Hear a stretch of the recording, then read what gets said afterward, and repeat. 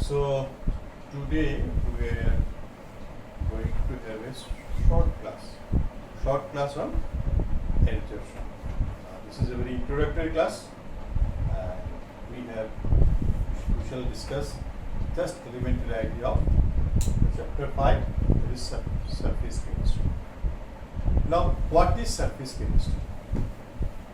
The branch of chemistry that deals with surfaces or interfaces is known as surface chemistry.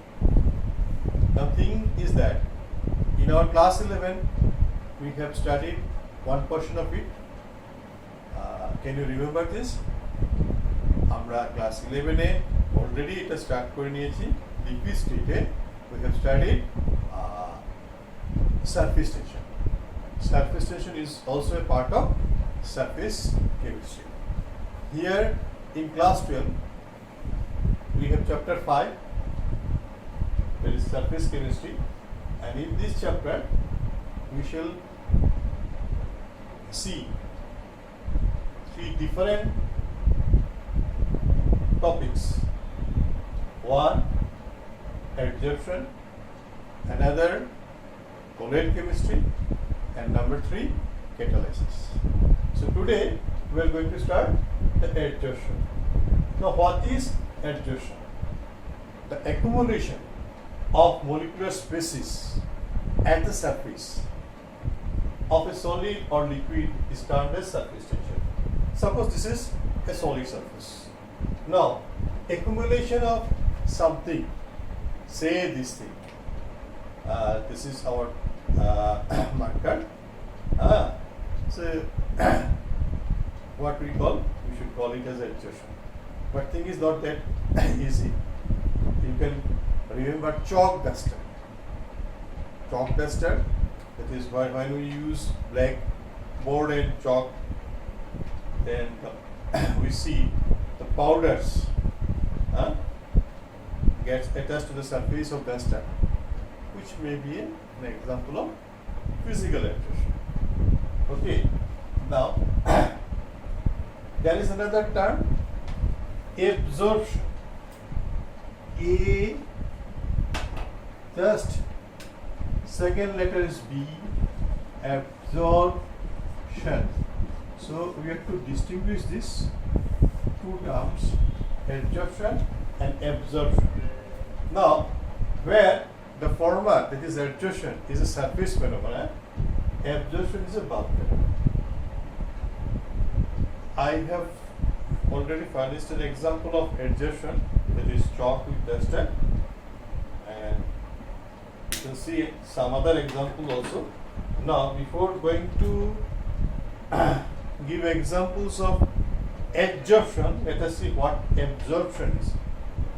You see, this is sponge. Okay. Now, this is a bowl of water. আমি যদি এটাকে এখানে insert করি তাহলে কি হবে? তাহলে water particles will move into the sponge. এটা ভিতরে চলে যাবে জল। স্কুইজ করলে আমরা দেখব জল পড়ছে, ভিতরে চলে যাচ্ছে। এটা হলো বাল্ক ফেনোমেনন, এটা হলো absorption.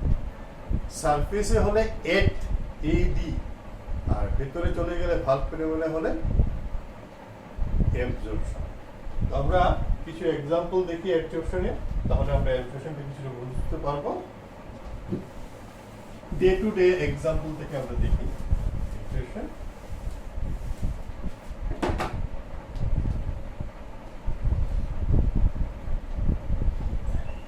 Suppose this is a iron rod, right?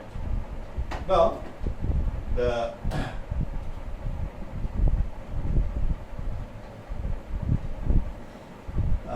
iron rod দিয়ে আমরা জানি যে কি হয়, with the exposure of oxygen, water vapor, it gets rust, মরচা পড়ে যায় বা রাস্ট হয়ে যায়। তো রাস্টটা কেমিক্যালি একটা আলাদা কম্পাউন্ড, নট আয়রন। এটা হলো যে hydrated ferric oxide, that is Fe2O3 dot 3 molecules of water. Now আমরা যদি একটা শিরিষ কাগজ নিয়ে রাফ করি তাহলে কি হবে, যে রাশটা পড়ে যাবে, then you get a fresh layer of iron. এটা adsorption, এটা কোথায় হচ্ছে, just at the surface, not inside.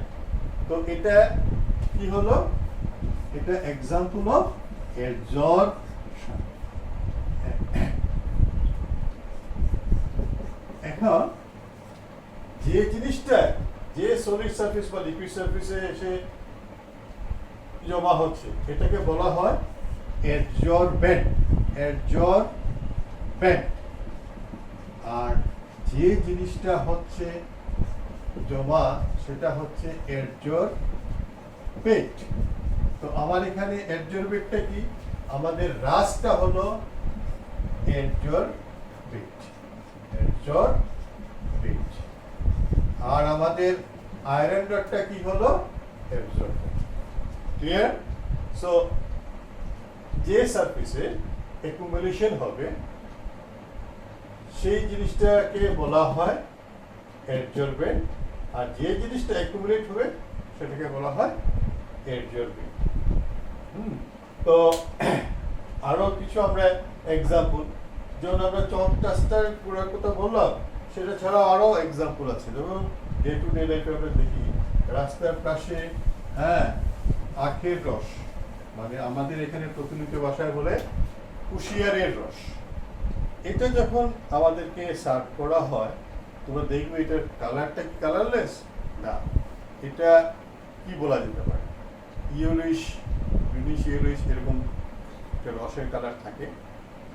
এখন এই আখের রস বা what we call as cane sugar, এটাকে যদি এনিমেল চারকোলের উপর পাস করা হয় তাহলে চারকোলের ইয়েতে এই কালারিং মেটেরিয়ালগুলো সব আটকা পড়ে যাবে এবং নিচে ফিল্টার হয়ে যেটা আসবে সেটা হলো ক্লিয়ার কাট, মানে কালারলেস লিকুইড, এবং সেটাকে যদি আমি ক্রিস্টালাইজেশন করি তাহলে আমরা চিনি পাবো। তাহলে চিনি কি একদম সুন্দর রং, কালারলেস, কালারলেস যে রংটা, যে রংটা চিনির যে কালারলেস রংটা সেটা কিন্তু মানে তার সুগার কেনের যে লিকুইড থেকে একদম টোটালি আলাদা। হ্যাঁ, একটা কালারিং মেটাল অ্যাবজর্ব হচ্ছে কার দ্বারা, অ্যানিমেল চারকোল দ্বারা। তাহলে ওইখানে কি হলো, যে ধরো অ্যানিমেল চারকোলের যে সারফেস, হ্যাঁ, অ্যানিমেল চারকোলের যে সারফেস, হ্যাঁ, সেটা কি হলো, অ্যাডজর্বেন্ট হিসাবে কাজ করছে, অ্যাডজর্বেন্ট হিসাবে কাজ করছে। আর সুগার কেনগুলার যেটা কালারিং মেটেরিয়াল, হ্যাঁ, কালারিং মেটেরিয়াল কার, সুগার কেনের, sugar colouring material of sugar cane যে আটকা পড়ে যাচ্ছে, হ্যাঁ, সেটা এখানে আটকা পড়ে গেছে, এটা কি হলো, অ্যাডজর্বেট হয়ে গেল, অ্যাডজর্বেট হয়ে গেল। হ্যাঁ, তো অ্যাডজর্পশন ইজ এ সারফেস ফেনোমেনন। তো আবার কোনো সময় দেখা যায় যে দুটোই একসঙ্গে চলতে থাকে। জাস্ট ইমাজিন, তোমার হাতে একটা চক আছে, হ্যাঁ, মনে করো তোমার কাছে একটা চক, হোয়াইট চক, চকের সাইজ এরকম থাকে, হ্যাঁ। আচ্ছা, আমি পেন্সিলটা বদলিয়ে দিই, এই কালো পেন্সিলে হয়তো দেখা যাবে বেশি ভালো করে। সাপোজ তোমার কাছে একটা চক আছে, এবার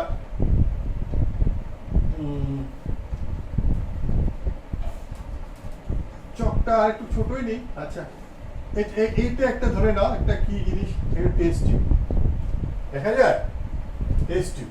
এখানে আমি কিছু ধরো সে ব্লু ইঙ্ক আমি রাখা আছে, আর একটা চকে টুকরা আছে। যেই আমি এটা এখানে দিব, এখানে দিলে কি হবে? Blue ink is a mixture of what? Is a mixture of blue dye plus water. তো চকটা যদি ঢুকিয়ে যদি আবার উঠিয়ে নিই, তাহলে দেখা যাবে চকটা যদি ভাঙি, দেখা যাবে তার সারফেসে, চকের সারফেসে ব্লু ডাই আর ভেতরে ওয়াটার। তার মানে ভেতরে জল চলে গেছে। তার মানে অ্যাবজর্পশন এখানে হচ্ছে অ্যাবজর্পশন, আর এখানে কি হচ্ছে? জলটা যায় ঢুকে যাওয়ার জন্য কি হচ্ছে? অ্যাবজর্পশন। তাহলে দুটো প্রসেসেই কিন্তু চলছে। That means in simultaneously absorption and absorption are taking place. Then we call the process as sorption. S-O-R-P-E-I-O-N. Right? See the term sorption. Sorption ta ki? When absorption and absorption taking place simultaneously, then we call sorption take place. তো এটা আমরা জানলাম। তাহলে আমরা কি জানলাম? আমরা জানলাম এখান থেকে আমরা একটা হোম টাস্ক করে নেব। What should be our home task? You write down the home task, state the differences between adsorption and absorption. তোমরা কি বলবে? একটা সারফেস ফেনোমেনা, একটা বাল্ক ফেনোমেনা। মনে করো, ধরো আরেকটা এক্সাম্পল দিই, ধরো একটা সারফেস, হ্যাঁ, মনে করো এটা একটা কিসের সারফেস? এটা একটা যেন মনে করো ক্যালসিয়াম ক্লোরাইড, ক্যালসিয়াম ক্লোরাইড একটা লাল, আর এখানে মনে করো সিলিকা দিয়ে আমি একটা সারফেস তৈরি করেছি। both silica gel and calcium chloride can suck water vapor or water. Now it will take water inside. So if it will take water inside, X is water, X is what? Water, and it is what? Absorption. আর এখানে silica water ব্যাপারটা এই জায়গাতে x রেখে যাবে সারফেসে। So it is what adsorption.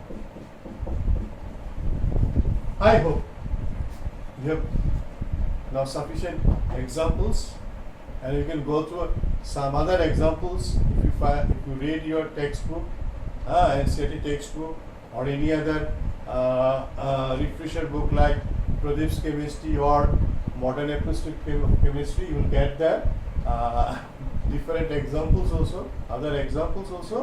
The thing is that absorption is the bulk phenomena. It is bulk phenomena, and this is surface phenomena.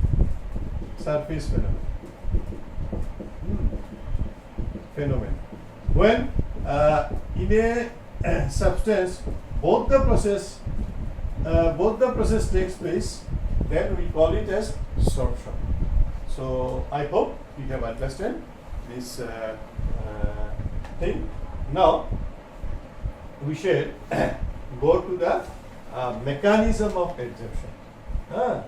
We shall go to the mechanism of adsorption. So today this is a very short class. We have already defined the term adsorption and absorption, and now we are going to what? Second part. This is mechanism of adsorption. ADSORPTION. A mechanism of what? Mechanism of adsorption. Remember the second letter, adsorption. So we know for adsorption to take place, we need one surface, maybe a solid surface, maybe a liquid surface, and another adsorbate, which is going to be accumulated on that solid or liquid surface. So we are taking an example of, say, charcoal again. We are taking a charcoal. A charcoal is there. Say, now charcoal has got pores. Now here, this charcoal is your solid charcoal. So charcoal we can call it is as an adsorbent. What charcoal is what? Adsorbent, and I am taking adsorbate as ammonia gas as adsorbate. Adsorbate. Now thing is that the animal charcoal has got some pores. Now you can view pores as like this. Surface has got some pores like this. Okay. Now ammonia is a gas. What will be the cases of gaseous molecules? They will be at far distances apart, but when it comes in contact with this, they get accumulated. Then what happens? They get accumulated at the pores of the surface. Then what happens? Then their forces of attraction become more. And they can be easily liquefiable. Now consider here where entropy was higher. Now after getting adsorbed, entropy is now lesser. So in this process, del S should be negative. At the same time, here del H also negative. Adsorption is an exothermic process. Now thing is that for adsorption to take place, gift free energy del G should also be negative. Del H equal to, we know, T del S. দেখো আমরা জানি যে অ্যাডসর্পশনটা যখনই এখানে চলো, তো enthalpy চেঞ্জটা তার এনার্জি বেশি ছিল, এখন কম হয়ে গেল। যখন গ্যাসিয়াস স্টেটে ছিল তার এনথালপি বেশি ছিল, এখন এখানে এসে যেই সে লিকুইফাই হয়ে গেল বা এখানে লেগে গেল, তখন কিন্তু সে আর তার মলিকুলের স্পিডও কমে গেল, তার এনার্জিও কমে গেল, এনথালপিও কমে গেল। তো del H নেগেটিভ হলো, এন্ট্রপিও নেগেটিভ হলো। না টু এখানে এটা নেগেটিভ আর এই নেগেটিভ, এই জিনিসটা হয়ে যাচ্ছে positive. To make it del G more negative, del G negative, del H should be more negative. So adsorption is an exothermic process. এখন একটা জিনিস মনে রাখবে যে আমরা এটা স্পন্টেনিয়াসলি হয়তো adsorption, তো স্পন্টেনিয়াসলি হতে গেলে কি হতে লাগবে, del G টা নেগেটিভ হতে লাগবে, এবং নেগেটিভ হতে গেলে del H মোর নেগেটিভ হবে। একদম প্রথমে মেকানিজম বলছে, তোমরা বইয়ে পড়বে, যখন সে প্রথম দিকে অ্যাডসর্ব হওয়া শুরু করলো তখন del H টা নেগেটিভ, মোর নেগেটিভ, আস্তে আস্তে কম নেগেটিভ হওয়া আরম্ভ হলো। এমন একটা সময় এসে যাবে যে del H এর ভ্যালু, নেগেটিভ ভ্যালুটা এইটা T del S এর পজিটিভ ভ্যালুর সমান হয়ে যাবে। তখন কিন্তু এটা কিন্তু কি হয়ে যাবে, del G is equal to 0 হয়ে যাবে।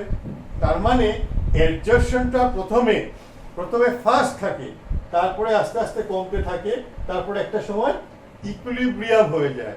ইকুইলিব্রিয়াম হলে অ্যাডজর্পশনটা যেভাবে শুরু হয় তার থেকে রিমুভাল রিভার্স প্রসেসটা শুরু হয়। রিভার্স প্রসেস অফ অ্যাবজর্পশন থেকে আমরা বলি ডিসরপশন। ডিসরপশন। তো at equilibrium কি হয়, rate of adsorption should be equal to rate of desorption. So mechanism-এ আমরা কি দেখলাম? mechanism-এ আমরা দেখলাম adsorption is an exothermic process and the rate of adsorption is higher. Rate of adsorption is higher at the beginning. After that, a time comes when rate of absorption is equal to rate of desorption, that is del G becomes 0. So it attains equilibrium. তো এটা হলো মূলত mechanism of the adsorption. Now, last part of this video is types of adsorption, and we know there are two types of adsorption. So this is for exam purpose types of adsorption. For exam purpose this is very very important. Very very important this topic, and generally we receive these types of adsorption question from this topic in alternate years. So it is very important to go through this, and we know there are two types of adsorption, that is physical adsorption and chemical adsorption. There are two types of adsorption, physical and chemical. Now, when the forces of adsorption is physical in nature, that is, we may call it is due to weak van der Waals forces, adsorbent gas attached to adsorbent, then it is called physical adsorption. When a chemical bond is formed, then we call it chemical adsorption. But the difference, we should know what are the basic differences. So there are, you will find as many as 9 points of differences, but some of them are very important. You must go through textbook. Let us discuss some of the important differences between physical absorption and chemical absorption. আমরা দুইটা এইটা ডিফারেন্সেসটা আমরা বোঝার চেষ্টা করব, বোঝার চেষ্টা করব, এবং আমরা একদিকে লিখব ফিজিক্যাল অ্যাডsorptionের কথা, আমরা এক সাইডে লিখব ফিজিক্যাল adsorption,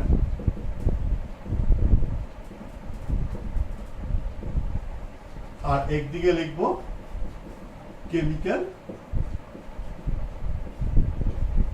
adsorptionের কথা।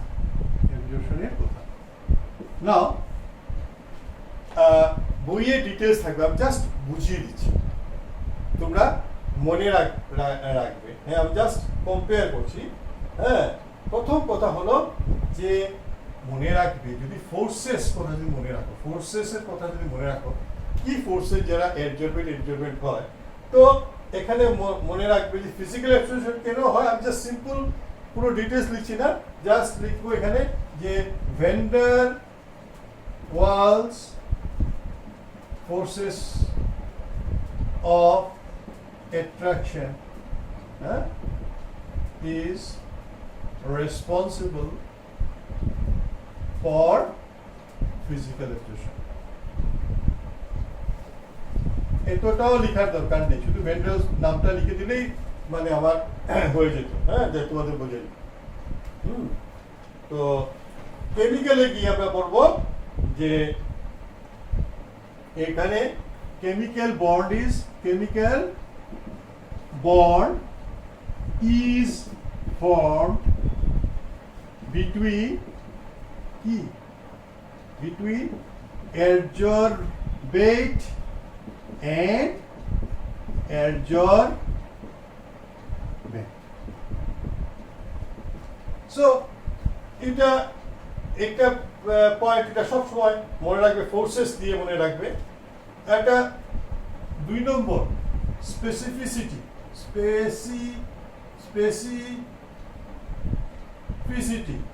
তো এটা এটা লো স্পেসিফিক ইন নেচার, হ্যাঁ, লো স্পেসিফিক, এটা কোনো কোনটার সঙ্গে কোনটা না, এরকম লো স্পেসিফিক ইন নেচার, হ্যাঁ। আর এটা হবে কেমিক্যাল অ্যাপ্লিকেশন বলে হাই স্পেসিফিক ইন নেচার, হ্যাঁ, high specific in nature.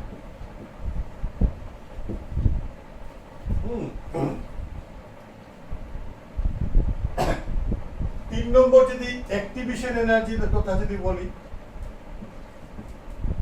Activation energy, তো এখানে লো অ্যাক্টিভেশন এনার্জি লাগে, লো অ্যাক্টিভেশন এনার্জি এখানে লাগবে হাই, ঠিক আছে। তো এই 3টার পর আমরা আরো 4-5টা পয়েন্ট দেখবো, হ্যাঁ। তার আগে তোমরা নোট করে নাও, হ্যাঁ, কি কি লাগছে, হ্যাঁ। এখানে 4 নম্বর পয়েন্টে আমরা এটা মুছে নিই, 4 নম্বর পয়েন্টে আমরা ডিসকাস করতে পারি এনথালপি অফ অ্যাডসর্পশন। এখানে ফিজিক্যালের সময় এটা খুব লো থাকে, এনথালপি অফ অ্যাডসর্পশন ফিজিক্যালের সময় 20 to 40 কিলোজুল হলে হয় ফিজিক্যালের সময়, আর কেমিক্যালের সময় রেঞ্জটা 82 to 40 কিলোজুল লাগে। সো কোনটা এটা? এনথালপি অফ অ্যাডসর্পশন, এনথালপি অফ অ্যাডসর্পশনটা ফিজিক্যালের এটা কম লাগে, এটাতে বেশি লাগে। এখানে কি হয়, লেয়ারের কথা বলে দেবে, এটাও একটা ইম্পর্টেন্ট।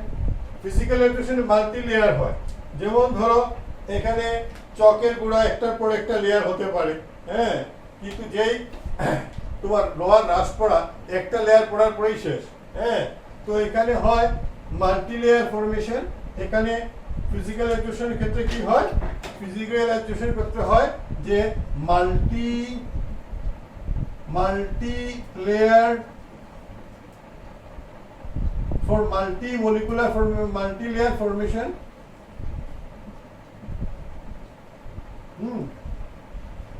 আর এখানে ইউনি লেয়ার ফরমেশন,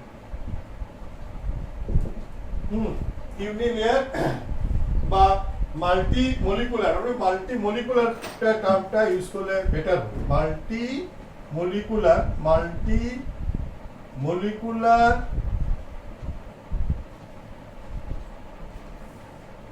লেয়ার ফরমেশন লিখলে উদয় ভালো, হ্যাঁ, লেয়ার ফরমেশন। আর ওইখানে আবার ইউনিলেয়ার না লিখে unimolecular layer formation, unimolecular layer formation. Physical অ্যাডসর্পশনে যখন টেম্পারেচার কথা যখন বাড়াবে, তখন এটা প্রথম দিকে টেম্পারেচার বাড়লে ফিজিক্যাল অ্যাডসর্পশন কমে যাবে, আর এখানে কিন্তু প্রথম দিকে বাড়বে, কারণ বন্ড ফরমেশন, তারপরে দিয়ে আস্তে টেম্পারেচার বাড়ালে কমবে।